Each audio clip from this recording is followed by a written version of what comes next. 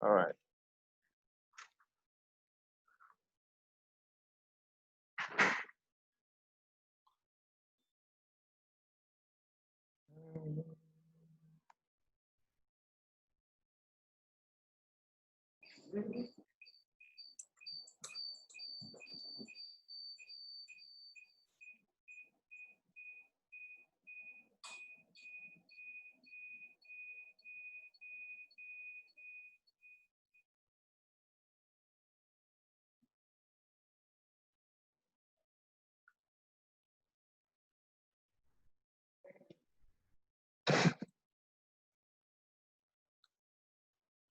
Okay.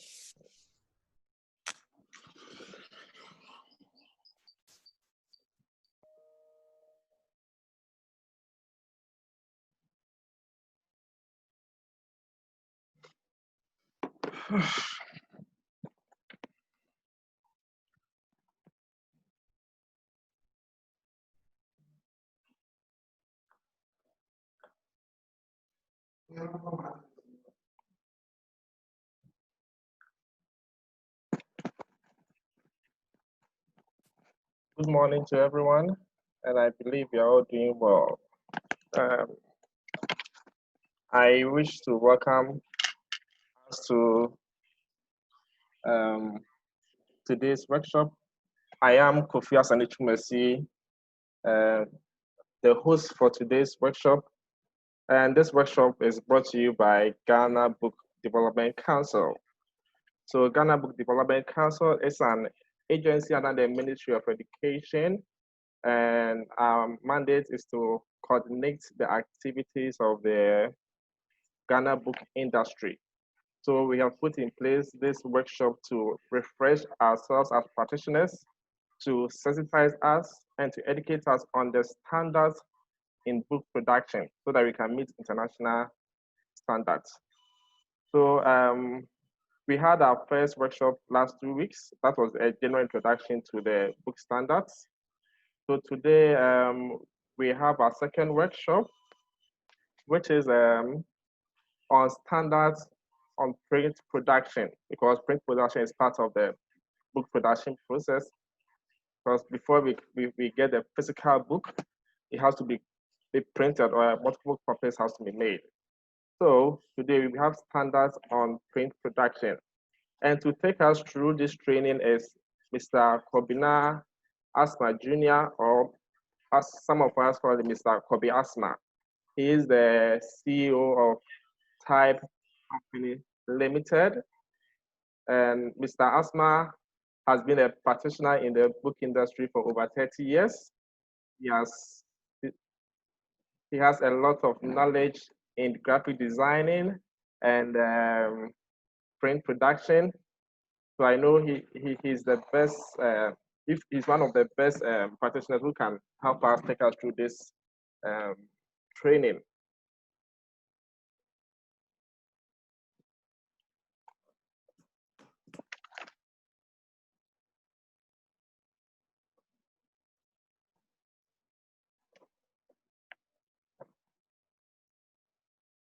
So please, sorry. So please, before I hand over to Mr. Kobi Asma, I will entreat all of us to kindly mute our audios and off our videos so that we can give you all the necessary cooperation and attention. Please, as I said earlier, let's give him all the necessary attention so that we can have a swift session. So, Mr. Asma, kindly take over. Hello. Hello. Hello.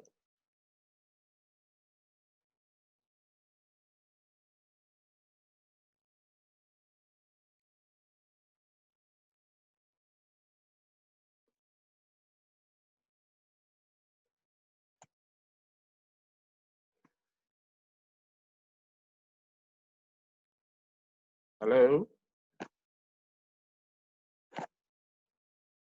That is available, but for today we are going to put special emphasis on offset printing. The book standards were put together with the idea of answering a fundamental question. The question is, what's the best way of producing a book? And this means that the consumer, the reader, and eventually the owner of the book can have confidence that their books are of good quality. So we're talking about standards here. All players in the entire value chain, book value chain, are assured of a certain standard of work.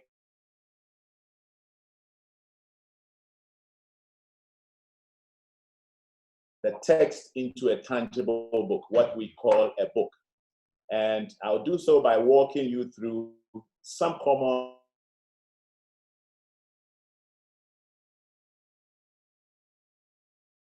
try my possible best to recommend some possible solutions.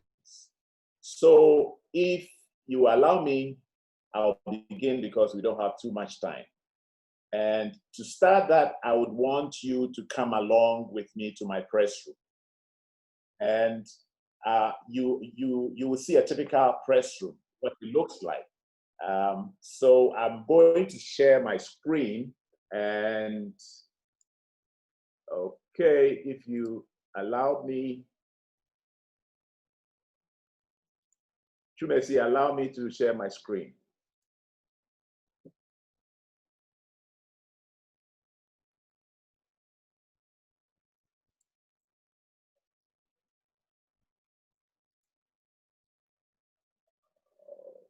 Okay.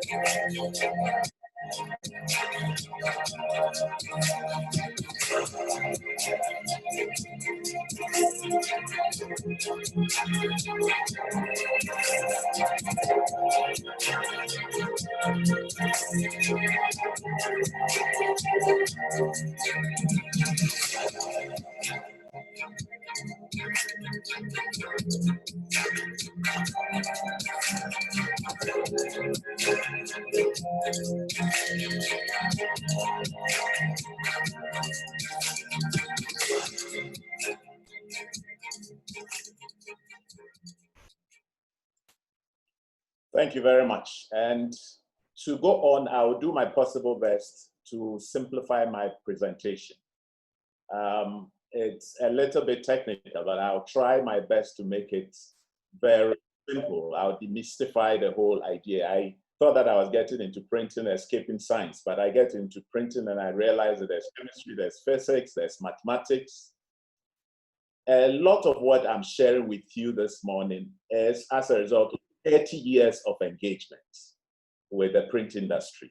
As 𝐁𝐨𝐨𝐤 said, I received my training in the days of the movable type, that is the letterpress. So all we did was both, and it was during the transition when letterpress was moving into offset. And so during our days, we measured fonts in picas and points, where they told us that 1 inch was equal to 72 points, and 1 inch was equal to 6 picas, and 1 pica was equal to 12 points. And if you ask someone who is of this generation, I'm sure he wouldn't understand. I've also seen the print industry evolve from the dark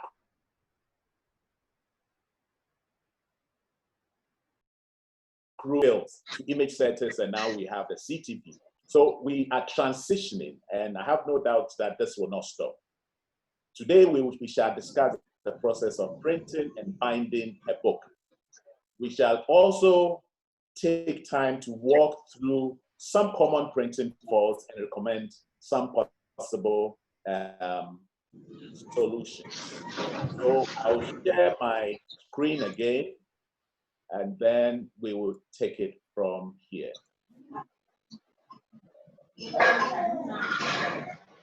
Okay. You can share. Okay, all right. So we will try to answer a basic one, just one simple, just a minute.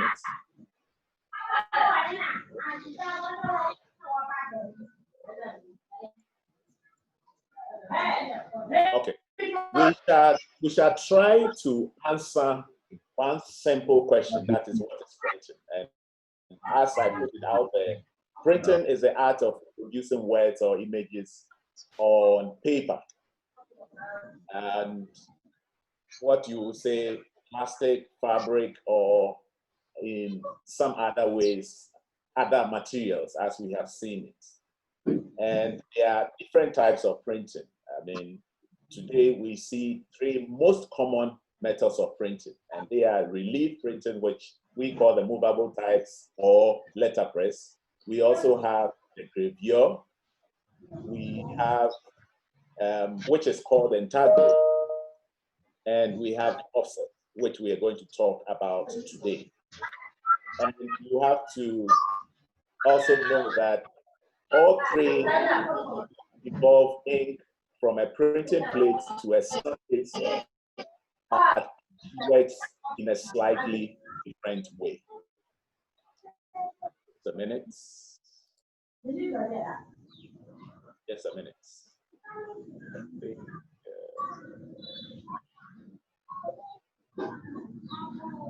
21.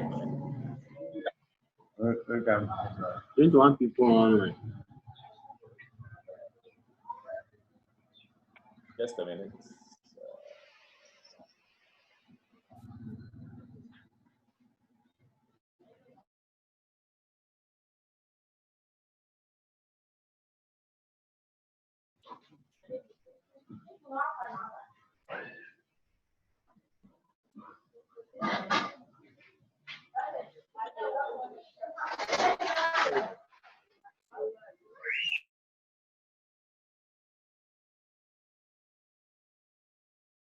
I'll take you through the printing process.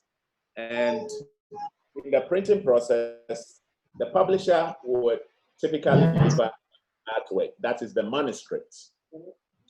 And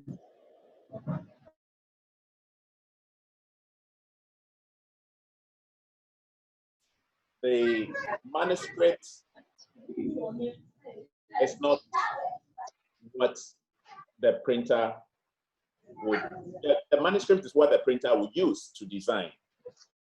And but before then, I would take you through, just a minute. I'm having difficulty with that.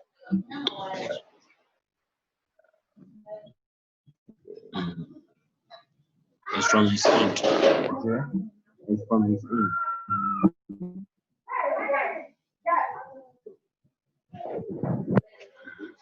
One of the conferences I attended around 12 midnight today, we have over 1,000 people online. Hey! It's an university course. They'll be doing 1 to tomorrow. But this, I think, is 9 in the evening. It's a Zoom. Okay. Just a minute.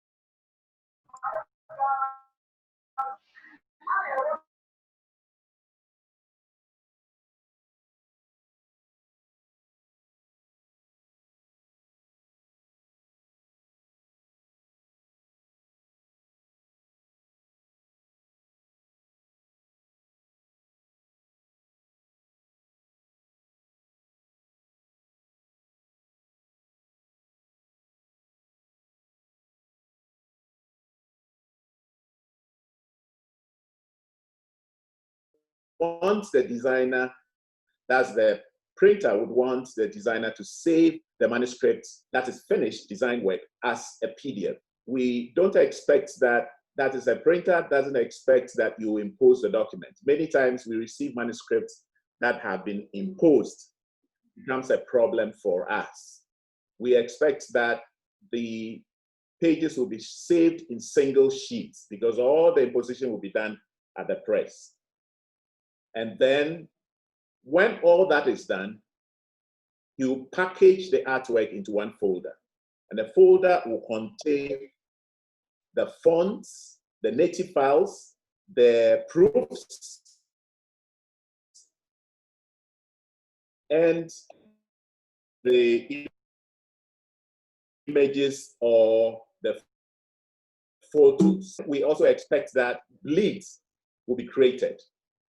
Now, we expect that 5 millimeters of bleeds will be created for the left, the right top, and bottom bleeds. The margins should be standard.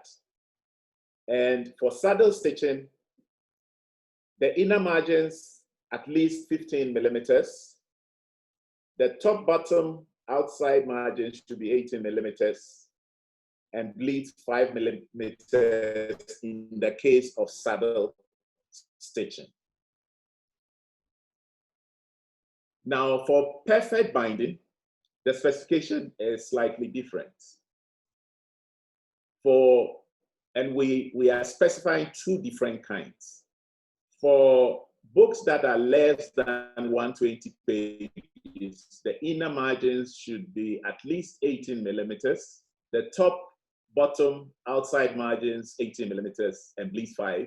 The perfect binding for books that are more than 120 pages, the setup would have the inner margins at least 20 millimeters and top, bottom, outside margins 18 millimeters and bleeds 5 millimeters. Now, if we walk into the pre-press, what we are likely to see is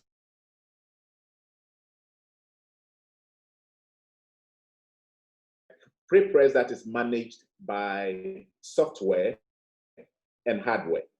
And many times when people refer to pre-press, they think that it's only the hardware, but the software, which sometimes is the most expensive part of it, manages the workflow. And that is what checks the artwork for faults. And we should note that most faults can be detected here before the press. And so that's the reason why we always recommend that you use good software. So whilst we go through it, I'll recommend a few of the softwares. Now, at the pre-press, the first thing that we will see that we would do is that we do proofing and file checking. Now, we don't do proofreading, but if any press wants to add value to his work, he can do a bit of proofreading where we can bring files back to you and point errors to you. But proofing and checking are done at pre-press. At pre-press, we also refine the artwork. And in refining, we use a software called Printnergy Echo. And there are several softwares, as I said, but I'll recommend what I use, and that's Kodak. Kodak will supply Printnergy with a signed copy from a client, check the number of colors, the number of pages. They will check the binding style, the size of the artwork, and check before they do the imposition. The second is that the artwork will be refined as a form of cleaning to make it press ready and press friendly. And the software I said we use is the Printnergy Evo. The third thing we do is the imposition of the artwork. And this is an automatic way of doing it. So if it's perfect binding, the imposition is different, it's different. If it's Saddle said the imposition is different. In the past, we would physically or manually with tape, but for now, we have an improved version where the CTP software does the imposition. And so we use the pre-energy to do the imposition and put it all together. When that is done, then we will move on to the next plate making.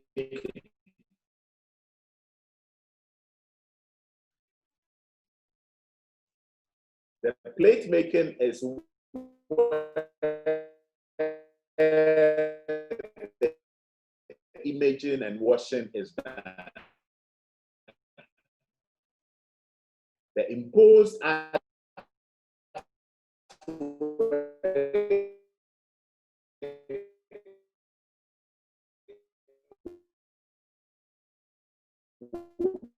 be transferred onto a plate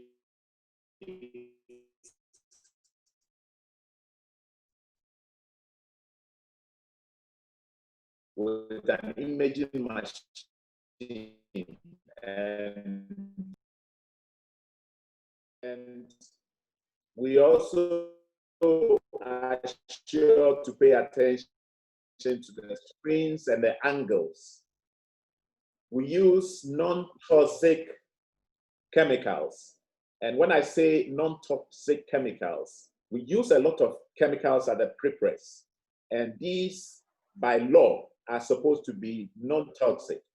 They are supposed to be non-corrosive, and there's a specific way of disposing these chemicals. You don't just trash them in gutters. We also are required to adhere to manufacturer's instruction to avoid overexposure or underexposure of the plates and films. Now, these are done by the machine. You set a timer, and the timer is able to give you a precise time for exposure and a precise time for washing. And all that comes along with the manufacturer's instruction. We use a timer to avoid dot gain or dot loss. Now, dot gain is actually when you underexpose a plate. And sometimes you overexpose a plate or overwash the plate such that some of the dots get lost. And so that's the reason why we instruct that we use a timer. Then we are sure of what we're doing. Now that we are through with the pre-press, I would want us to go into the press room. The printer, we know, should be mindful of the following. The quality of the paper is very important. And the minimum recommended paper stock for the main text, we recommend to be 70 grams machine finished wood-free paper. That's what we call the bond. And so I'm talking about printing of books here, because in everyday work, we could be using art paper, we could be using newsprint and so forth. But the minimum suggested or proposed paper, stock paper for the inside of the book, which we call the paper stock, should be 70 grams or below or above. The opacity should be 90% opacity, except for tracing paper.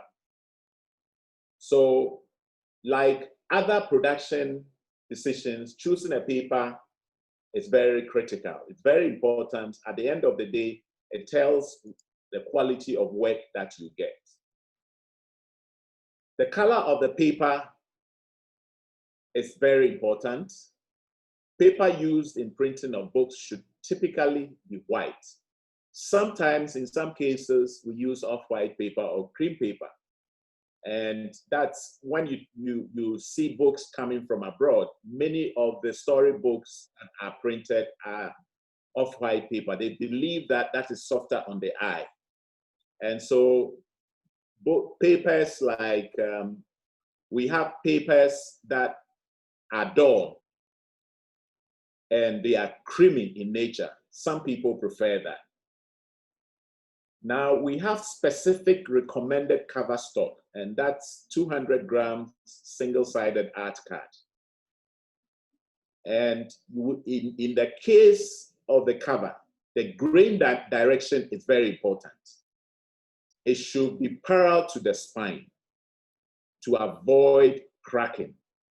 And so sometimes you bind the book and you see that it cracks. It's because people don't adhere to the grain direction.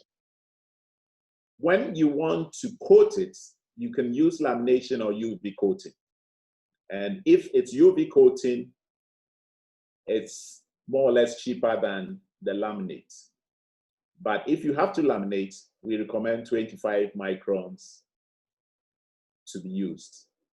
If it's boards for case binding, we recommend 1,100 GSM chip boards to be used.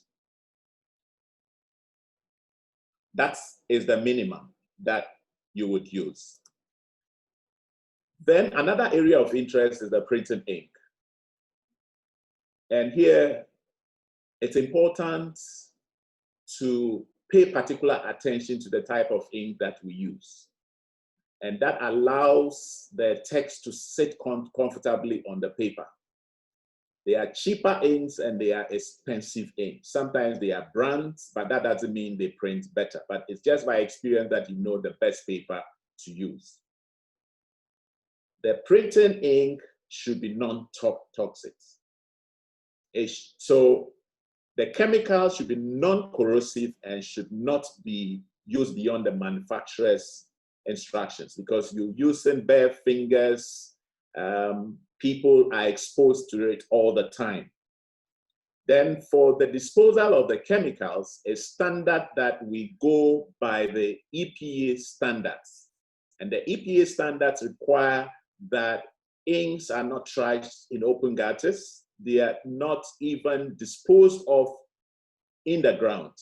They are special designated people who have been certified to dispose of chemicals. There's one in Tema and there's another one in Takrady. And so that's the way chemicals are supposed to be disposed of. Now I want us to talk about common printing faults. I'll give you a brief list of potential problems, and I'm sure some of them are very familiar to you. And these can occur in offset printing pieces. And sometimes we have an answer, sometimes we don't have an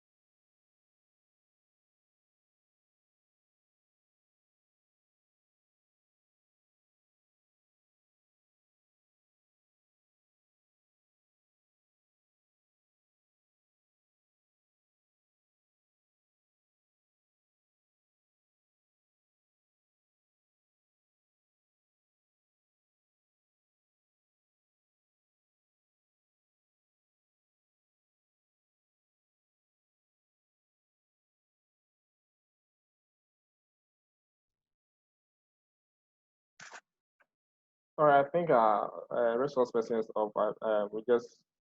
Let's have patient. He'll be back. All right.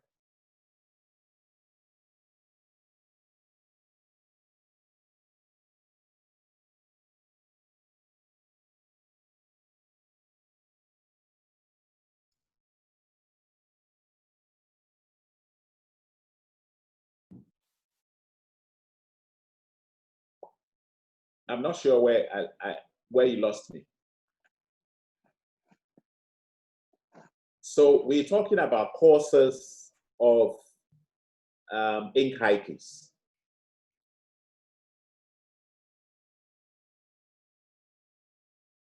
And sometimes it's important for the press environment to be dust-free. And it's the reason why we recommend that you air condition the press environment. Now, the solution to the ink hikers is to jog the substrate well to remove dust trapped in between. It's advisable to ensure that sufficient air is blown to separate the papers at the suction point. So there are suction points on the machine, and it's important that we make sure that the air movement in that area is good. You have to use fresh or good quality ink to avoid dust. The second problem that I would want us to talk about is set-off, or what some people call blocking. And now set-off is ink transfer to the backside of the sheet. Blocking is a sheet in a bundle or a load stacked together. Sometimes you finish printing and you find the paper stacked together. What causes it? If your ink